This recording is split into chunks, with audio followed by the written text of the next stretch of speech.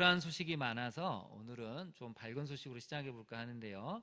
사진을 한 장 보실까요? 사진을 한 장 보시면 입학식 모습이죠. 진천 단양에 있는 유희태 기자라고 후키뉴스의 이제 기자가 3월 5일 날 입학식 장면을 촬영했는데요. 여기 신입생 1학년, 초등학교 1학년 신입생 숫자가 여러분 놀라실 겁니다. 206명입니다. 초등학교 하나에 실제로 206명입니다. 왜 그러냐면 여기가 이제 상신초라고 하는데요. 혁신도시로 신청이 돼서 학령 인구가 확 늘어났습니다. 그래서 이곳에 상신초등학교 1학년 올해 신입생만 206명인데 안타까운 것은 같은 충북 지역 7개 학교는 신입생이 한 명도 없어서 폐교를 했습니다. 여러분 서울도 지금 점점 초등학교 폐교가 늘어나죠. 초등학교가 시작이 되면 몇 년 후는 중학교도 이제 폐교가 됩니다.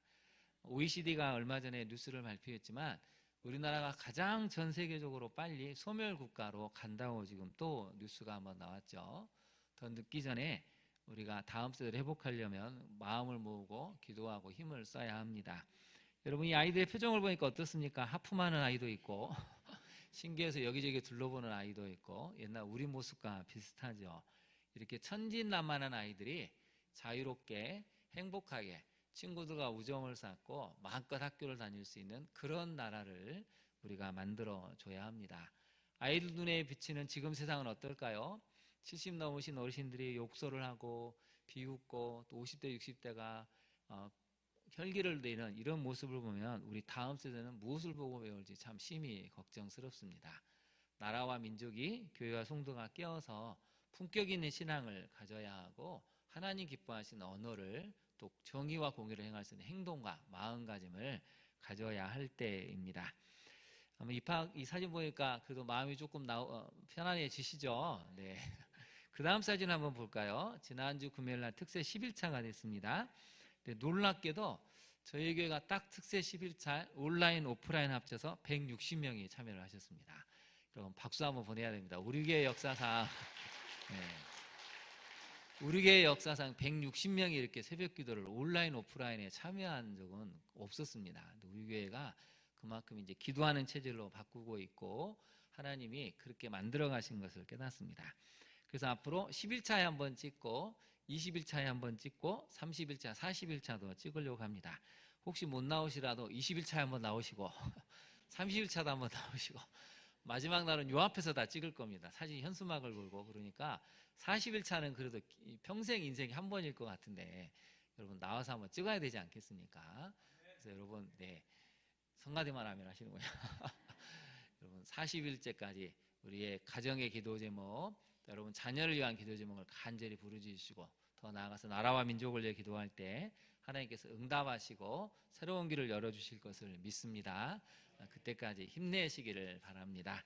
자, 오늘 설교 제목을 한번 볼까요? 오늘 설교의 제목은 사랑을 경험하면 어떻게 된다고요? 이겨낸다는 것입니다. 이게 오늘 본문의 가장 중요한 메시지입니다. 사랑의 힘. 사랑을 경험하면 이겨낼 수 있다는 뜻이죠. 그래서 그게 무엇인지 하나하나 살펴볼까요? 주보 가운데를 이제 펼쳐보시고 한번 보도록 하겠습니다. 본문 메시지 및 질문인데요. 첫 번째 메시지입니다.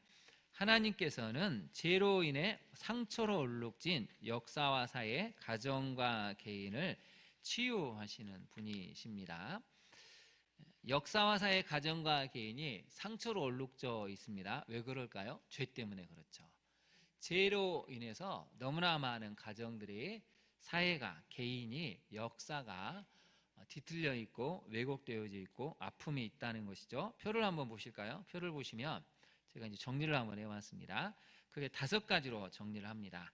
역사의 아픔이 있죠. 시대의 아픔이 있고 사회의 아픔이 있고 가정의 아픔이 있고 개인의 아픔이 있습니다. 놀랍게도 이 5가지는 다 연결이 됩니다. 어느 하나를 딱 잘라서 이거하고는 상관없이 할 수가 없습니다. 역사를 한번 볼까요? 유대인들이 나치차에서 600만 명이 여러분 크게 학살을 당하고 상처를 받았습니다. 근데 이 전쟁을 끝내려고 전 세계의 수많은 청년들이 군인으로 참전해서 제2차 세계전을 치렀습니다. 전쟁 이후에 얼마나 또 많은 백성들이 전쟁에 이 피해를 복구하느라 시간과 물질과 또 이 남아있는 상흔을 치료하느라고 얼마나 많은 시간을 보내는지 모릅니다. 역사의 아픔이 있죠. 시대의 아픔도 있습니다. 우리도 군부독재 시대에 민주화를 위해서 투쟁한 많은 사람들이 혹독한 고문도 겪고 또 죽음을 당하는 그런 것도 많이 보지 않았습니까? 이런 역사와 시대의 아픔은 사회에 또 물려집니다. 사람들이 마음이 병들고 마음이 강팍해지니까 사회 자체가 어수선해지고 긴장감, 불안감이 높아지죠. 그러면은 가정도 병들게 되어 있습니다. 전쟁이 끝나고 많은 사람들이 군인에서 가정으로 돌아갔지만 얼마나 또 많은 군인들이 외상 후 스트레스 증후군을 겪고 있습니까? 이게 또 개인으로 연결이 된다는 것이죠. 여러분, 이 모든 아픔은 누가 치료할 수 있습니까? 이렇게 엄청난 아픔들, 상처들은 아무리 심리학적으로 어떻다, 교육학적으로, 사회학적으로, 상담학적으로 접근해도 이건 치료하기가 불가능합니다. 근데 유일하게 하나님만은 치료하시고 치유하실 수가 있습니다. 그래서 오늘은 말씀을 통해서 한번 살펴보려고 합니다. 여러분, 나눠드린 간지를 한번 펼쳐보실까요? 제가 이제 고치시는, 치유하시는, 치료하시는 성경 구절을 찾아보았습니다. 너무나 많은 성경 구절이 있어서 오늘 본문과 관련된 구절만 짧게 좀 뽑아봤습니다. 그래서 나머지 무수한 구절들은 여러분이 성경을 읽다가 발견하시면 좋겠고요. 또 오늘 나눠드린 구절도 다 읽을 수는 없고 몇 가지 중요한 구절들만 살펴보겠습니다. 먼저 창세기 20장 17절을 제가 한번 읽어보겠습니다. 아브라함이 하나님께 기도하며 하나님이 아비멜렉과 그의 아내와 여종을 치료하사 출산하게 하셨으니, 거기다 밑줄을 그어보실까요? 치료하시니까 뭐가 일어났다고요? 출산이 일어났다는 것입니다. 아브라함이 또 예습관을 못 버리고 거짓말을 했습니다. 아내 사라를 자기 누이라고 거짓말해서 아비멜렉이 고지 듣고 자기 첩으로 삼았더니 하나님이 여기에 심판을 하셨죠. 그 재앙이 뭐냐면 아비멜렉의 아내와 여종 자신들이 큰 재앙을 겪었다는 것입니다. 불임의 고통이 찾아온 것으로 보입니다. 근데 아브라함이 회개하고 하나님께 치유해달라고 기도하니까 하나님이 기도를 들으시고 치료하시고 출산의 복을 주셨다는 것입니다. 그래서 여러분, 우리가 하나님 앞에 기도하면 하나님이 치료하시고 출산, 이 임신의 복을 주신다는 것이 오늘 창세기 20장 17절이 가르쳐주는 중요한 내용입니다. 그 다음에 출애굽기 15장 26절을 한번 볼까요? 제가 한번 읽어드리겠습니다. 이르시되 너희가 너희 하나님 나 여호와의 말을 들어 순종하고 내가 보기에 의를 행하며 내 계명에 귀를 기울이며 내 모든 규례를 지키면 내가 애굽 사람에게 내린 모든 질병 중 하나도 너희에게 내리지 아니하리니, 같이 읽어볼까요? 나는 너희를 치료하는 여호와임이라. 그래서 거기에 한번 여러분 별표를 하셔야 됩니다. 나는 너희를 치료하는 여호와임이라. 근데 전제 조건이 있습니다. 앞부분을 보면 말씀을 순종해야 되죠. 순종하고의 밑줄을 그어보실까요? 그 다음에 의를 행하며에도 밑줄을 그어보시고, 귀를 기울이며 밑줄을 그어보시고, 규례를 지키면 하나님은 치료하시는 하나님이라는 것이죠. 그래서 여러분, 우리가 하나님의 말씀을 붙들고 기도해야 됩니다. 하나님, 나를 치료해 달라고. 나의 아들을 치료해 주시고 나의 딸을 치료해 주시고 나의 친척을 치료해 달라고, 그래도 우리 하나님께 붙들며 간구해야 된다는 것이죠.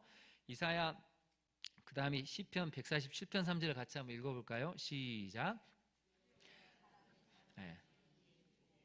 죄송합니다. 화면에 있는 거 시편 147편 3절을 같이 읽어볼까요? 상심한 자들을 고치시며 그들의 상처를 싸매시는도다. 아멘.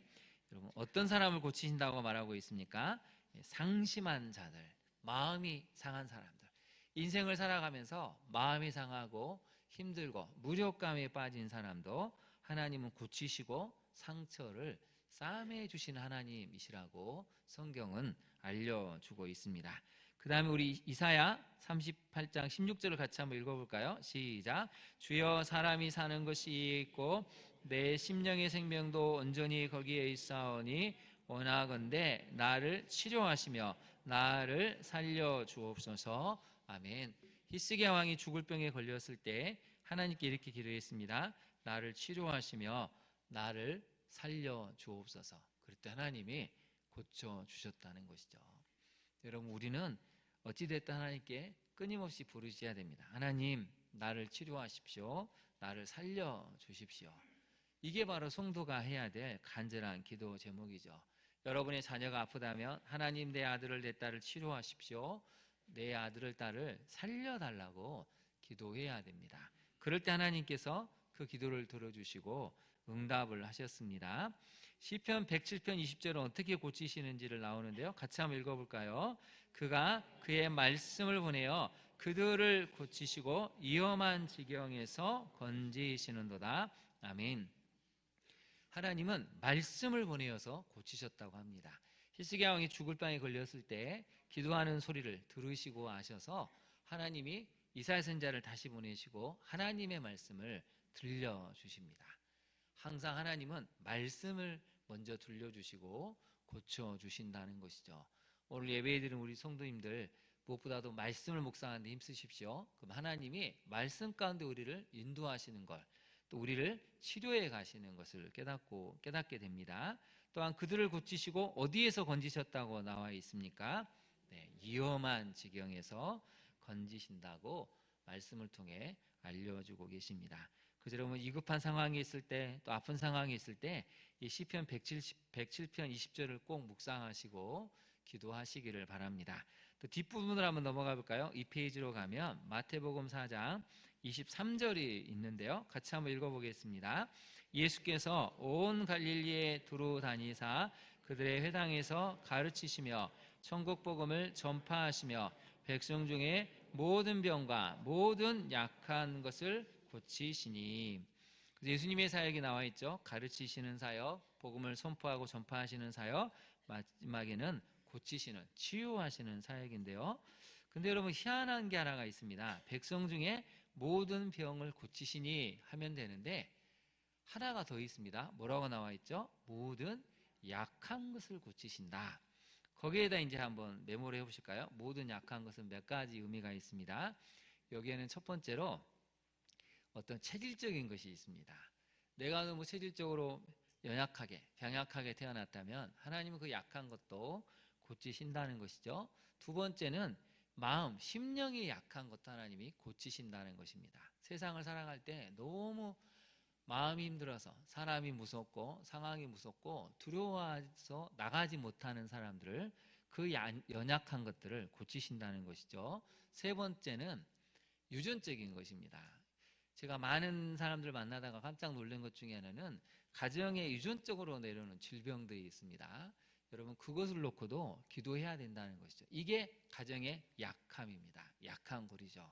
그래서 우리 때에 하나님이 질병의 유전이, 이 악한 흐름이 예수의 이름으로 끊어질 수 있도록 간구하셔야 됩니다. 그것을 위해서 우리 예수님이 이 땅에 오셨다는 것을 성경은 알려주고 있습니다.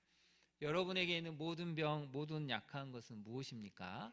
기도해야 한다는 것이죠. 그래서 여러분 이 부분을 이렇게 읽어볼까요? 백성 중에 모든 병과 모든 약한 것을 고치시니에다가 우리 가정에 이렇게 한번 넣어서 한번 읽어보겠습니다. 시작. 우리 가정에 모든 병과 모든 약한 것을 고치시니. 이 말씀을 믿습니까?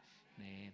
출애굽기 15장 26절 마지막을 다시 한번 볼까요? 나는 너희를 치료하는 여호와임이라다가 너희에다가 우리 이름을 넣어서, 우리 자녀 이름을 넣어서 한번 읽어보겠습니다. 시작. 나는 동주를 치료하는 여호와임이라. 아멘. 여러분 이 말씀의 역사가 올 한 해 여러분 가정과 여러분 자녀에게 임하기를 진심으로 축원합니다. 하나님은 무엇보다도 치료하시며 살려주신 하나님.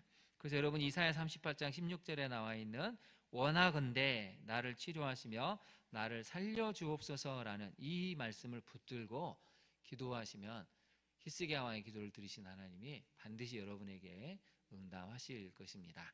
올 한 해 우리 가정이, 우리 성도 개개인이, 또 이 나라가 치유되고 회복되는 위대한 말씀의 역사가 있기를 진심으로 소망합니다. 적용을 한번 해볼까요? 여러분 개인과 가정에서 치유받아야 할 부분이 있습니까? 어떤 것이 치유받아야 될 부분인지 여러분 살펴보십시오. 신체적인 영역, 마음의 영역, 정신적인 영역, 또 영적인 영역이 있고 관계의 영역이 있습니다. 이걸 놔두면 점점 더 커져서 크게 여러분 상처를 받게 되고 무너지기가 쉽습니다. 치유받게 해달라고 기도해야 됩니다. 두 번째로 하나님께서 혐오와 분열, 갈등과 폭력이 난무하는 대한민국을 치유하실 것을 믿고 기도합니까? 네, 여러분 이 땅을 치료하고 이 땅을 치유하실 분은 하나님밖에 없습니다. 지금처럼 나라가 두 쪽으로 갈라져서 혐오와 분열이 갈등과 폭력이 난무하는 이건 이전에도 이후에도 보지 못했던 새로운 현상입니다. 인공지능이 자꾸 알고리즘으로 사람들의 눈을 가리고 의식을 자꾸 한쪽으로 편향하게 만들어서 점점 더 사람들이 한쪽만 보게 되는 극단적인 상황이 있습니다. 하나님 말씀으로 이 땅을 치유하시고 들을 수 있는 마음, 경청할 수 있는 마음을 주셔서 모든 목회자들이 사역자들이 사랑을 외치고 폭력을 멈추고 화해의 길로 나아갈 수 있는 그런 진리의 메시지를 선포할 수 있도록 여러분 2주간 간절히 기도해 주시기를 바랍니다. 하나님만이 치유하실 수 있고 하나님만이 이 땅을 회복시킬 수 있음을 믿으시고 계속해서 기도하셔서 우리가 그날을 볼 수 있기를 진심으로 축원합니다. 두 번째 메시지를 살펴볼까요? 두 번째 메시지가 오늘 제목과 관련이 있습니다. 오직 하나님 사랑만이 과거 경험했던 끔찍한 고통을 이겨낼 수 있게 합니다. 여러분 오늘 본문을 한번 봐볼까요? 본문의 16장 2절을 보시면 아하스가 왕이 될 때 나이가 20세였죠. 16년간 다스렸는데 하나님 여호와께서 보시기에 정직하게 행하지 않았다고 했습니다. 여기까지는 그래도 악한 왕이었구나 라고 이해할 수 있는데 3절을 보니까 어마어마한 일을 했습니다. 볼까요? 이스라엘의 여러 왕의 길로 행하며 또 여호와께서 이스라엘 자손 앞에서 쫓아내신 이방 사람의 가증한 일을 따라 자기 아들을 어디 가운데로 지나겠다고요? 불 가운데로 지나가게 했습니다. 여러분 이제 상상력을 한번 발휘해 보실까요? 히스기야가 9살 때 자기 아버지가 왕이 됐습니다. 얼마나 자랑스러웠겠습니까? 우리 아버지가 왕이 됐어요. 만나는 신하들마다 자랑스러워하고 기뻐하고 많은 사람들에게 뽐내며 걸었겠죠. 근데 문제가 생깁니다. 자기 아버지가 왕이 오르자마자 무엇을 합니까? 하나님 보시기에 정직하지 않은 일을 하고 우상을 숭배하고 시간이 지나면서 자기 형을, 동생을 산채로 잡아서 불에 태워서 죽입니다. 여러분 9살짜리가 그걸 봤다면 무슨 일이 생기겠습니까? 9살짜리가 다른 사람도 아니고 자기 아버지가 자기 동생을, 자기 형을, 누나를, 여동생을 꽁꽁 묶어서 신하들한테 명령해가지고 자기 눈앞에서 끌고 가서 불태워 죽이는 걸 봤다면, 아니 보지는 않더라도 그걸 들었다면 이 9살짜리 히스기야는 어떤 생각을 했을까요?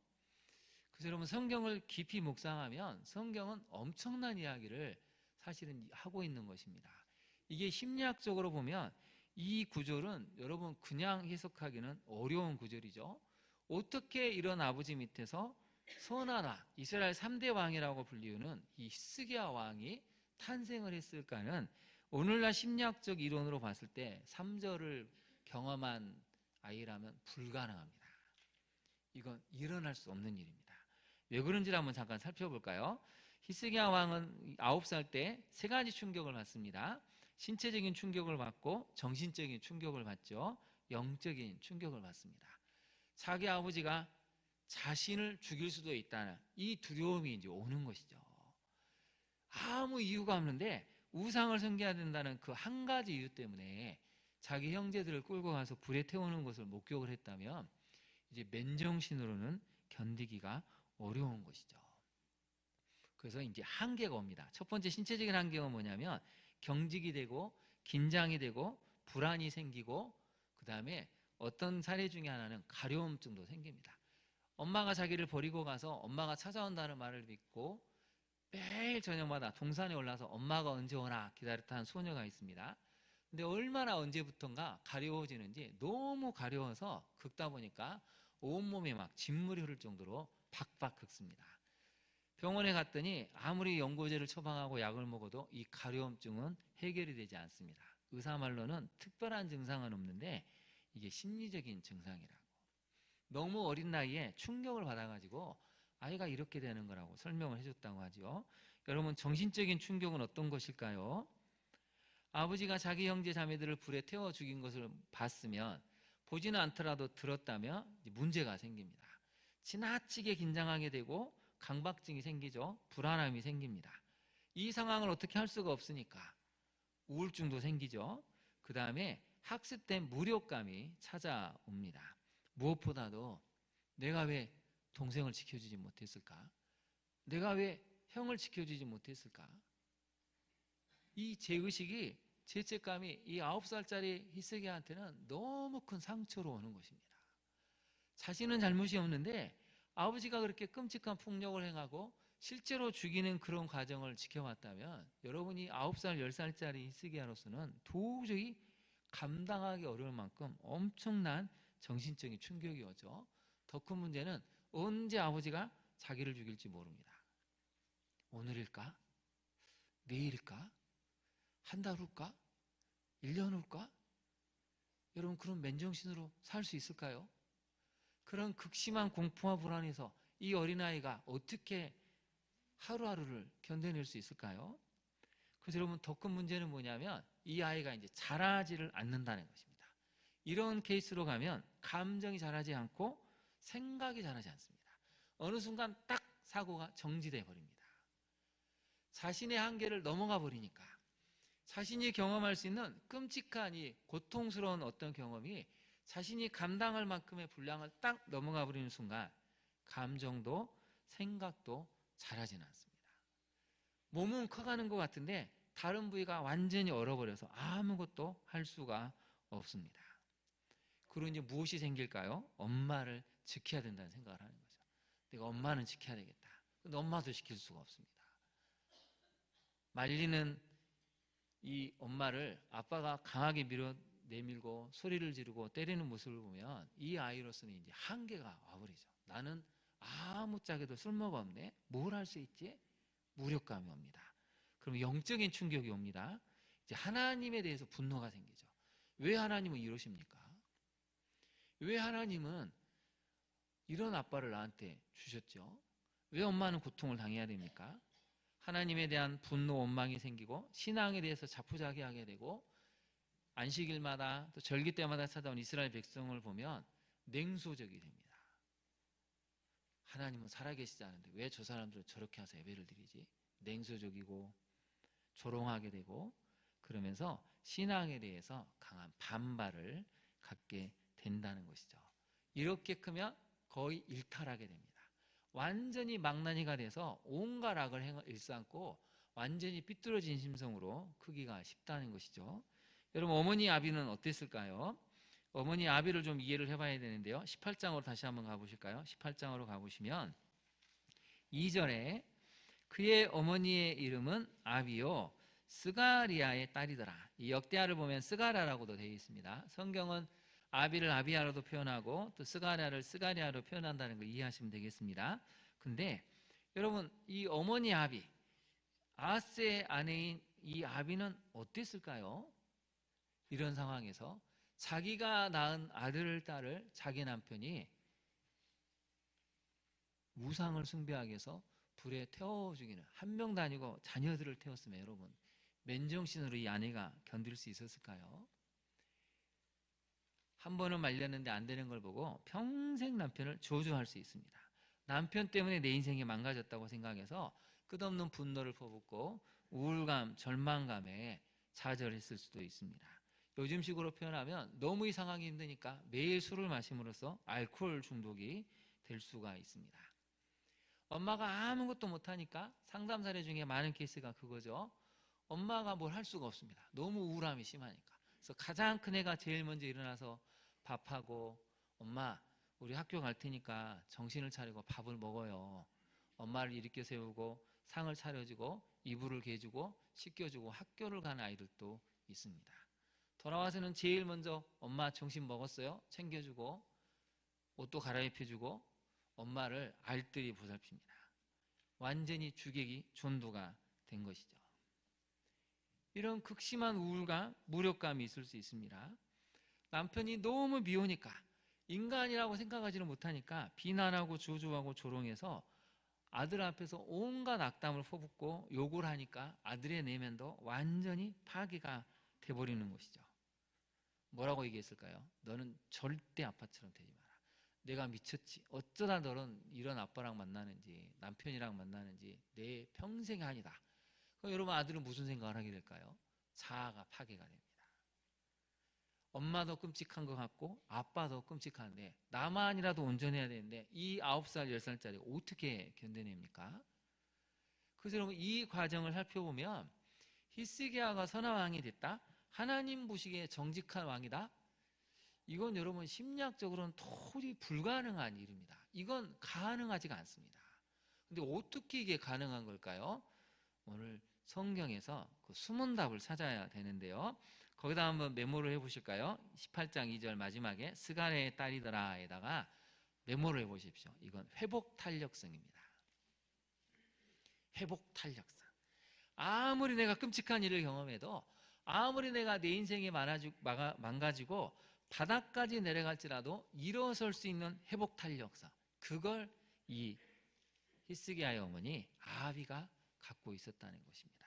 그러면 그 회복 탄력성은 무엇일까요? 그게 바로 사랑입니다. 하나님의 사랑을 아니까, 하나님의 사랑을 알았던 이 아버지 스가랴의 이 사랑을 경험하니까 죽을 것 같고 미칠 것 같고 삶을 포기해버릴 것 같고 평생 무력감과 절망과 우울감에 빠져 있을 것 같은데 어느 순간 이겨냈다는 것입니다. 그래도 하나님을 사랑하는 마음이 있으니까, 나를 사랑해 주었던 이 아버지의 그 마음을 기억하니까 어느 순간 정신이 차려지고 회복이 됐다는 것이죠. 아들은 내가 지켜야겠다. 이 하나님의 사랑 때문에 내 아들은 지키고 내 아들은 온전한 사람으로 키워내야겠다. 그게 진정한 회복 탄력성이죠. 여러분, 탕자의 비유를 보시면 탕자가 망가질 대로 망가집니다. 완전히 망가져서 더 이상 내려갈 곳이 없습니다. 돼지도 치죠. 돼지가 먹는 지엽 열매도 먹고 있는데 이제 종교적으로도 끝났습니다. 모든 한계가 다 찾아와서 탕자는 더 이상은 지탱할 수가 없습니다. 근데 여러분, 그 생활을 하다가 마지막에 일어서는 건 왜 그런지 아십니까?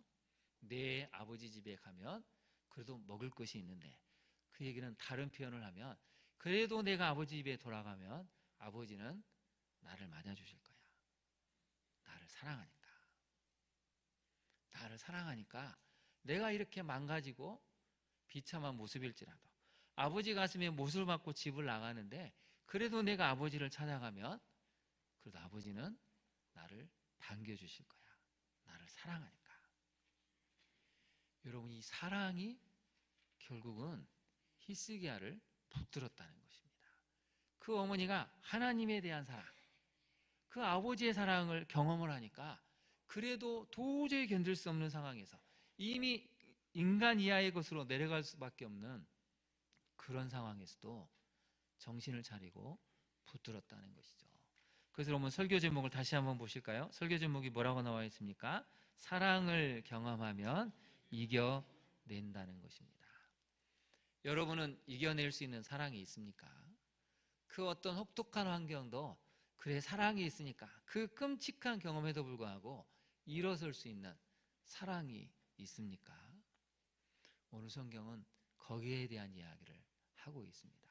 그래서 오늘 시대를 적용하면 이 아비처럼 너무나 엄청난 폭력, 정말 남편이 사람이라고 할 수 없는 어마어마한 일을 저질러도 하나님에 대한 사랑이 있으니까 이겨내고 자녀를 잘 길러내서 역사의 길이 남을 히스기야 왕으로 만들었다면 우리도 할 수 있다는 것이죠.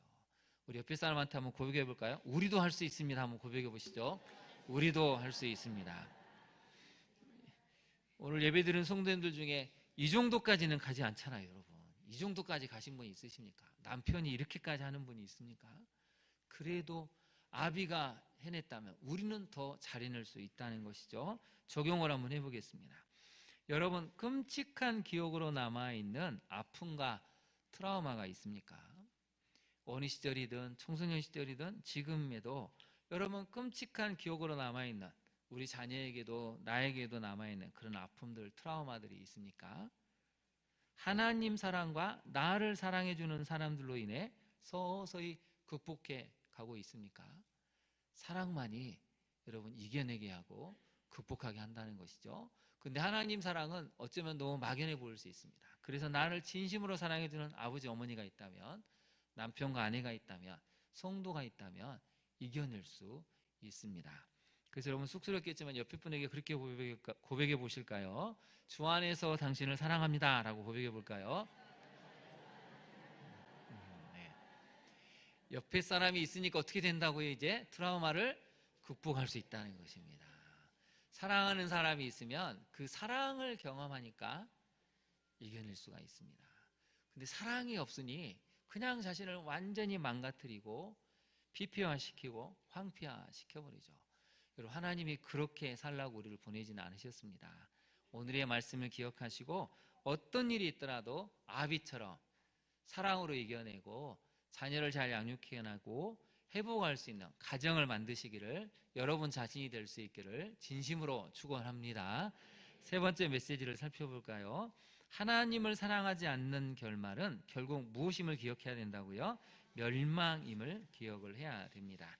오늘 본문을 잠깐 보시면 18장을 한번 봐볼까요? 18장에 보시면 9절에 이렇게 나오죠. 히스기야 왕 제4년 고 이스라엘 왕 엘라의 아들 호세아 제7년에 아수르 왕 살마네셀이 사마리아로 쳐들어 올라왔죠. 10절에 거기다 밑줄 그으실까요? 3년 후에 라고 되어 있습니다. 3년 후.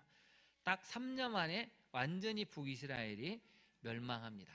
북이스라엘이 BC 930년 31년에 세워졌는데 BC 722년에 완전히 망하죠. 약 208년 만에 정확하게 망합니다. 여러분 사실 3년이라는 시간이 주어졌으면 이스라엘 백성들은 뭘 해야 됐냐면 깨달아야 됐습니다. 이게 마지막이구나. 회개하고 돌이키고 하나님이 무엇을 말씀하시는지 이게 마지막 시간이 됐구나 생각하고 돌이켜야 되는데 마지막 시간인 줄을 몰라가지고 결국 또 망하게 됩니다. 그래서 여러분 회개를 안 하면 몇 가지 특징이 있는데요. 첫 번째는 상황 판단이 어렵습니다. 이게 망하는 것인지 그냥 현상을 유지하는 것인지 또 다른 길이 열리는 것인지 상황을 도저히 판단할 수가 없습니다. 회개해야 하나님의 길이 보이고 지금 내가 어디로 가고 있는지를 보이는데 이게 지금 회개를 안 하니까 상황 판단이 어렵죠. 그러니까 두 번째가 연결이 되는 겁니다. 하나님 뜻을 알기가 어렵습니다. 하나님이 지금 무엇을 하려고 하시는지 알기가 어렵죠. 이게 심판인지 구원인지 멸망인지 회복인지를 도무지 알 수가 없습니다. 그래서 마지막 세 번째, 회개하지 않으면 내 힘으로 해결을 하려고 합니다. 버티면 되겠지. 3년만 버티면 누가 도와주러 오지 않을까? 3년만 버티면 뭔가 또 물러가지 않을까? 어떻게 되겠지라고 버티다 보니까 결국 망했다는 것이죠. 여러분 이게 가장 뼈아픈 일입니다. 그래서 왜 망하게 되는지 우리가 이제 다음 주에도 살펴볼 텐데요. 12절을 한번 보실까요? 이유가 나와 있는데 우리 12절을 같이 한번 읽어보겠습니다. 시작. 이는 그들이 하나님 여호와의 말씀을 듣지 아니하고 그의 언약과 여호와의 종 모세가 명령한 모든 것을 따르지 아니하였습니다. 아멘. 그 다음 밑줄 읽어보실까요? 듣지 아니하고 따르지 아니하였음이더라. 사랑하면 말을 듣죠. 사랑하면 따르게 됩니다. 사랑하지 않으니까 듣지도 않고 따르지도 않아서 결국 멸망하게 됩니다. 세 번째 메시지를 다시 한번 볼까요? 하나님을 사랑하지 않는 결말은 결국 멸망인 것을 여러분 기억해야 됩니다. 이걸 반대로 하면 하나님을 사랑하면 결국 회복이고 치유이고 형통이라는 것을 성경은 알려주고 있습니다. 적용을 한번 해볼까요? 여러분 하나님 사랑을 위해서 온 힘과 마음을 다하고 있습니까? 사랑하는 삶을 가족과 성도, 이웃에게 나타내고 있습니까? 사랑하십시오. 사랑하면 살 수 있습니다. 살아낼 수 있습니다. 그 어떤 과거의 끔찍한 기억으로부터도 우리가 치유받을 수 있고 자녀를 회복시킬 수 있습니다. 오늘 이 말씀을 기억하시고 올 2025년은 사랑으로 회복되시고 사랑으로 이겨내셔서 과거의 끔찍한 기억이 치유가 되고 이제 새로운 풍성한 삶을 누리시는 우리 성도님들 되시기를 진심으로 축원합니다. 기도하겠습니다. 오늘 주신 말씀을 생각하고 특별히 여러분 두 번째를 위해서 같이 기도할까요? 오직 하나님 사랑만이 과거 경험했던 끔찍한 고통을 이겨낼 수 있다고 하는데 여러분 인생에서 혹시 끔찍한 고통, 아픔이 있다면 하나님 치유해달라고 기도해야 되겠습니다. 정말 나를 사랑하신 하나님 그 사랑, 또 나를 사랑해주는 가족들, 성도들 때문에 우리가 일어설 수 있게 해달라고, 과거의 아픈 트라우마를 이겨낼 수 있는 힘을 달라고 기도해야 되겠습니다. 마지막으로 우리나라 이 대한민국이 속히 하나님 정의와 질서가 회복될 수 있도록 정말 이 나라를 살려달라고 우리 한번 주님의 이름을 부른 다음에 간절히 기도하도록 하겠습니다. 주여, 이 시간 간절히 간구합니다. 하나님, 그렇습니다. 우리에게는 하나님의 도우심이 필요합니다. 하나님, 우리가 과거의 끔찍한 경험, 아픔으로부터 치유가 필요합니다. 주님 도와주옵소서.